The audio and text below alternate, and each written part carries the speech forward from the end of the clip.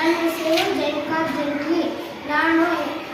ನಾನು express number 2 ಶಾಲೆಯಲ್ಲಿ ಕಲಿಯುತ್ತಿದ್ದೇನೆ. 5ನೇ ತರಗತಿ. ಕರ್ನಾಟಕದ ಎಲ್ಲ ಜಿಲ್ಲೆಗಳು ನೆನಪಿಸಿಕೊಳ್ಳಲು ಒಂದು ಸೂತ್ರ ಹೇಳುತ್ತಿದ್ದಾರೆ.